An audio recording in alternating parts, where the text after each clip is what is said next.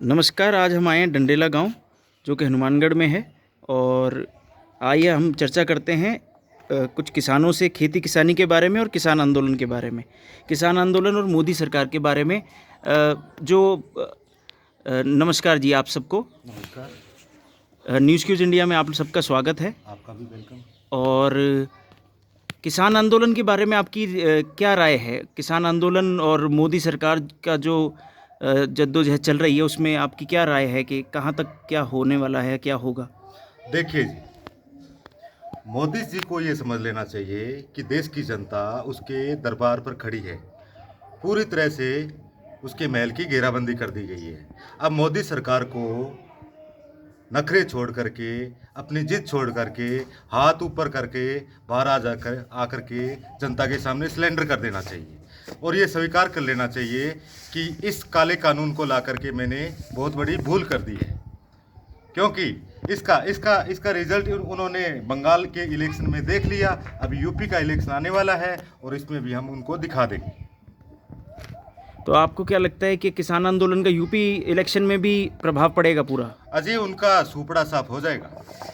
प्रभाव की छोड़ो, यूपी पूरा किसान बहुल एरिया है और वहाँ के लोग बहुत समझदार हैं और वहाँ के लोग बहुत सक्रिय हैं। किसान आंदोलन में उन्होंने लाठियाँ खाई है। सैकड़ों की संख्या में वहाँ किसान आंदोलन के नाम पर लोग किसानों के घर लाशें पहुँच गई है। एक किसान जब मर जाता है तो उसके पूरे परिवार के अंदर वो स्थिति हो जाती है कि उनका परिवार कैसे चलेगा, उनके बच्चे कैसे पढ़ेंगे। सरकार के पास कोई योजना तो है नहीं। सरकार ने तो उनको शहीद मानने से भी मना कर रखा है। सरकार तो किसानों को इस देश का हिस्सा भी नहीं मानती है। सरकार तो किसानों को कभी तो खालिस्तानी कहती है, कभी आतंकवादी कहती है। उनके साथ पे चाल चल रही है और ये मोदी सरकार की बहुत बड़ी भूल है कि ये किसान उनका कुछ भी नहीं बिगाड़ सकते। मोदी जी को मैं ये कहना चाहता हूँ कि ये किसान है और इनके सामने घुटने टेक दे, नहीं तो ये घुटना टिकाना जानते हैं। तो आखिर किसान मोदी सरकार को आप ही ने 2 टर्म दिए, किसानों ने बहुत सारे वोट मिले और इनको प्रधानमंत्री बनाया गया। अब इतना विरोध क्यों आखिरकार? देखिए जी, 2014 में मोदी जी 15 लाख का वादा करके आए थे और आज मेरे किसानों से पूछिए कि उनके खाते में 15 लाख तो आए नहीं, 15 लाख का कर्ज जरूर आ गया।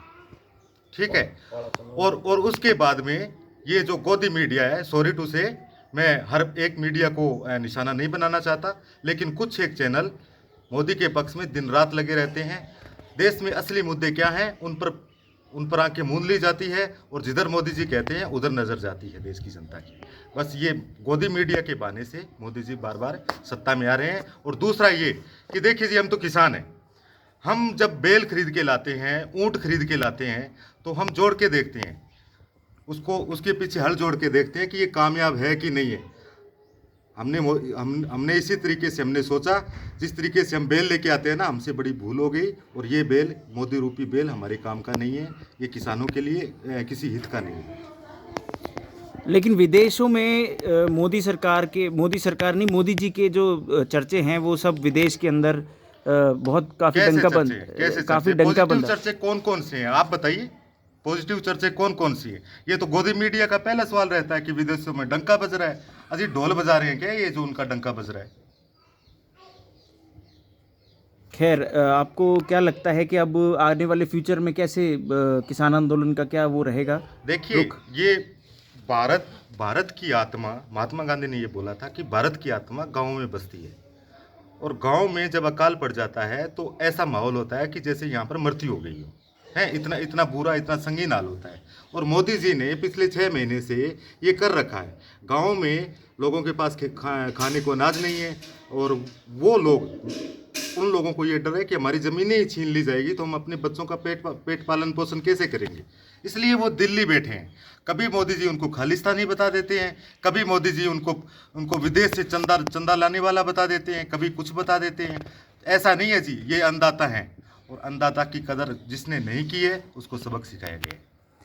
आपको क्या लगता है प्राइवेटाइजेशन, मोदी जी क्या खेती किसानी को प्राइवेटाइज कर देंगे? ऐसा लग रहा है आपको? देखिए, ये करना चाह रहे हैं लेकिन ये हो नहीं पाएगा। जब तक किसान जागृत है, जब तक किसान इस जमीन को अपनी मां मान के चल रहा है, तब तक मोदी के ये मंसूबे कामयाब नहीं हो पाएंगे। और आपके जो डंडेला गांव है और हनुमानगढ़ तहसील, हनुमानगढ़ गंगानगर तहसील है, इसके अंदर आपका जो किसान बीमा योजना घोटाला है उसके बारे में थोड़ा बताएं। देखिए जी, ये वही बात है कि जैसे अभी मोदी जी किसानी, खेती किसानी को प्राइवेटाइजेशन करना चाहते हैं, ये उसी का एक रूप है। क्या हुआ कि ये जो बीमा योजना है ये प्राइवेट कंपनियों के हाथ में है, ठीक है, और इसके अंदर किसी की जवाबदेही तय नहीं की गई है। पटवारी ने लिख दिया कि इसके खेत में मूंग बोए गए थे, चाहे बोया वहाँ पर बाजरा गया था, उस पर कोई गौर नहीं होती, दोबारा उस पर कोई जांच नहीं होती, और इसका खामियाजा आज मेरे गांव की जनता, मेरे क्षेत्र की जनता भुगत रही है। आपने बीच में कहा कि ये काला कानून है, किसान जो आंदोलन कर रहे हैं वो बिल्कुल काला कानून है। कैसे काला कानून? काला कानून है। काला कानून ऐसे है कि किसान का, ये मोदी जी क्या कर रहे हैं, कॉन्ट्रैक्ट खेती को बढ़ावा देना चाहते हैं। जब कॉन्ट्रैक्ट करने वाली कंपनी और किसान के बीच किसी भी तरह का मतभेद हो जाएगा, उनके बीच किसी भी तरह का टकराव हो जाएगा, तो उसकी सुनवाई के लिए किसी भी कोर्ट की व्यवस्था नहीं की गई है। उसकी सुनवाई के लिए किसी भी अधिकारी को जवाबदेही नहीं बनाया गया है। वो चाहे लुट जाए, लेकिन सरकार उसके लिए जवाबदेह नहीं है। अगर कल को कंपनी उसके पैसे खा के भाग गई, उसकी फसल को बेच करके भाग गई, तो उसकी जवाबदेही कौन होगी? किसको ढूंढेगा? किसान ये तो है नहीं कि वो उसे ढूंढने के लिए इंग्लैंड चला जाएगा। नीरव मोदी जैसे लोग यहाँ पर इतने बड़े बड़े घोटाले करके भाग गए हैं, भारत सरकार उनको पकड़ नहीं पा रही है। तो ये सर मोदी जी को बढ़िया चंदा आ गया है इन कंपनियों से, और उस चंदे की चमत्कार ये है कि मोदी जी ने ये विधेयक पास कर दिया। इसलिए किसान इसे काला कानून ही मानते हैं, और किसान अगर ये लागू होता है तो इसको काला कानून ही मानते रहेंगे। तो आपको ये लगता है कि ये जो काले कानून हैं, इनकी वजह से मोदी सरकार को बहुत बड़ा खामियाजा भुगतना पड़ेगा आने वाले 2000? नहीं जी, हमने थोड़ा छोटा चमत्कार तो इनको दिखा दिया है, और बड़ा चमत्कार है जो ये मोदी जी देखना चाहते हैं शायद, और शायद नहीं देखना चाहते हैं तो ये कानून वापस ले लेंगे, और अगर देखना चाहते हैं तो 2023 का इंतज़ार कीजिए, और आपको भी पता चल जाएगा किसान इस मुद्दे को कितनी गंभीरता से ले रहा है, और किसान के लिए खेती किसानी उसकी ज़मीन उसकी माँ है। अच्छा, एक जो बार बार मुद्दा उठता है कि आखिर पंजाब हरियाणा के ही किसान क्यों? नहीं जी, आप तो राजस्थान में बैठे हो, मेरा गांव तो राजस्थान में है, हनुमानगढ़ जिले का डंडेला गांव है। आप गूगल पे सर्च कर लीजिए, आप कहीं भी सर्च कर लीजिए, फिर हम क्यों विरोध में? ठीक है, पूरे देश का किसान एक है। ये सिर्फ गोदी मीडिया के थ्रू ये एक मैसेज देना चाहते हैं कि ये लड़ाई सिर्फ हरियाणा और पंजाब के किसानों की है, लेकिन हकीकत में ऐसा नहीं है। किसान पूरे देश का एक है। मोदी जी ने इनको नाराज़ किया है, और मोदी जी अगर चाहें ये काला कानून वापस ले लें। किसान बड़ा दयालु होता है, किसान जल्दी माफ़ कर देता है। मोदी जी से मेरी ये रिक्वेस्ट है कि ये काला कानून वापस ले लें। प्राइवेटाइजेशन जो हो रही है उसके बारे में आप क्या कहेंगे? मतलब इतना इस देखिए जी, प्राइवेटाइजेशन मैं आपको उदाहरण देता हूँ रिलायंस कंपनी का। रिलायंस कंपनी के अंदर जियो नाम की एक सिम आई थी, तो वो शुरू में फ्री में बांटी गई सबको, और खूब सारा डेटा दिया गया, फ्री में बात करो, ये करो, वो करो। आज आप उसका रेट बता दीजिए, 500-550 रुपये से कम का रिचार्ज नहीं। This is privatisation. इसी तरीके से किसानों को लालच दिया जाएगा कि आपको फसलों के अच्छे भाव दिए जाएंगे, कुछ दिन तो दिए जाएंगे, लेकिन जब स्थानीय जो व्यवस्था है, पुरानी जो व्यवस्था बनी हुई है, मंडी व्यवस्था बनी हुई है, ये खत्म हो गई, उसके बाद में वो कंपनियां अपनी मनमानियां करेगी। किसान का अनाज मिट्टी के भाव खरीदेगी और सोने के भाव वापस बेचेगी।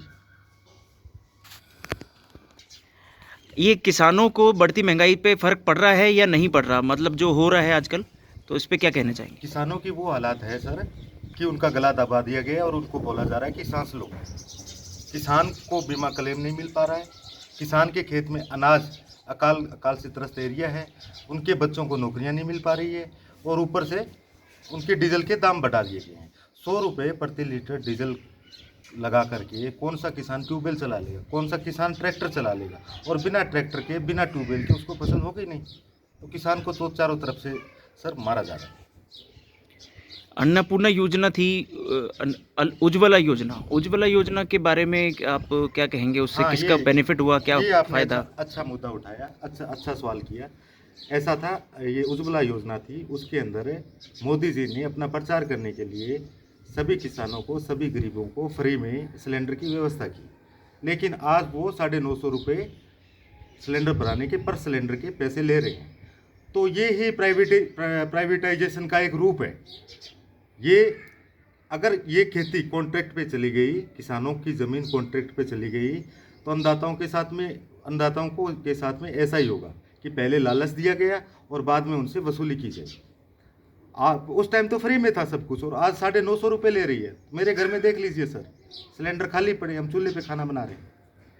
ऐसा भी देखा गया है कि जैसे राजस्थान के जो बॉर्डर इलाके हैं उधर राजस्थान से पेट्रोल नहीं लेते लोग, हरियाणा जाते हैं, पंजाब जाते हैं। 7 रुपये का फ़र्क पड़ता है इससे, और 7 रुपये बचाने के लिए हमें हरियाणा जाना पड़ता है। इससे हमारी सरकार का, राजस्थान सरकार का टैक्स पे फ़र्क पड़ रहा है। हम बिल्कुल नहीं चाहते कि राजस्थान सरकार के पास में टैक्स की कमी आए और यहाँ के विकास कार्य पे फ़र्क पड़े।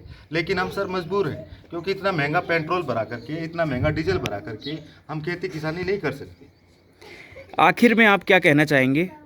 आखिर में मैं यही कहना चाहूँगा कि मोदी जी को जनता की सुध लेनी चाहिए। मोदी जी को भगवान नहीं बनना चाहिए। मोदी जी खुद को भगवान से भी बड़ा समझ रहे हैं। मोदी जी नमो नमो का नारा दे रहे हैं। मोदी जी को किसानों की समस्या समझनी चाहिए। हमने उनको वोट दिए हैं, किसानों ने उनको चुन करके देश का राजा बनाया है। अगर उन्होंने किसानों की नहीं सोची, उन्होंने नीरो की जैसा व्यवहार किया कि देश जल रहा था और नीरो बांसुरी बजा रहा था, अगर उन्होंने ऐसा ही व्यवहार रखा तो मोदी जी को 2023 में वास्तव में झोला उठवा देंगे और उनको चलता बंद कर देंगे। धन्यवाद जी, और यूं ही बने रहिए न्यूज़ क्यूज़ इंडिया के साथ। Thank you sir.